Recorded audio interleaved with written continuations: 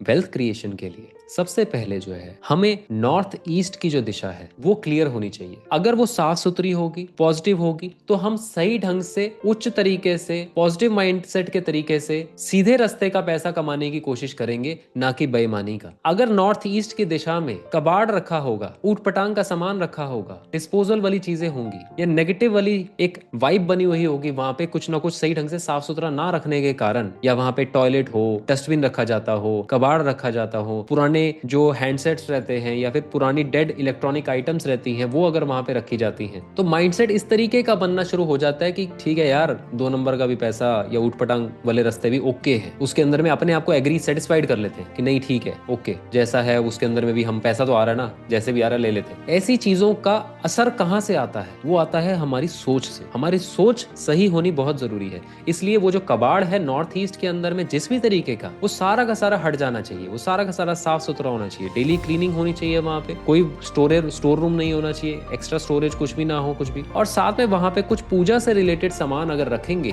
तो आप अपने इष्ट के साथ में कनेक्ट कर पाते हैं, सही विजडम के साथ में कनेक्ट कर पाते हैं, वो सही सोच ले पाते हैं। वो जो सही सोच आपको जब मिलती है तो आपके विजडम से कनेक्ट जब आप करते हैं तो सही रास्ते पे आप जब चलते हैं तो आप सही एक्चुअल जो आपके पास में टिकने वाली वेल्थ होती है वो आती है। क्योंकि जो 2 नंबर का पैसा या जो ऊट पटांग के तरीके से जो पैसा आता है वो टिकता नहीं है, वो कहीं ना कहीं बीमारियों में चला जाता है। अक्सर आपने देखा होगा कि जो आया वो कहीं ना कहीं या तो चोरी हो गया या फिर बीमारियों में खर्च हो जाएगा। किसी ना किसी जगह पे ऐसे खर्चा कोई आ जाएगा जहां पे आप सोच भी नहीं सकते, वहां से आप पैसा वो वहां निकल जाता है और फिर आप सोचते हैं कि मेरे साथ में ऐसा क्यों हो रहा है। वो इसलिए हो रहा है। ठीक है, वास्तु कमेंट करें और पाएं हमारी फ्री 2 घंटे वास्तुविदा क्लास का एक्सेस। याद रखिए, लिंक सिर्फ फॉलोअर्स को ही भेजा जाएगा, तो फॉलो करना मत भूलना।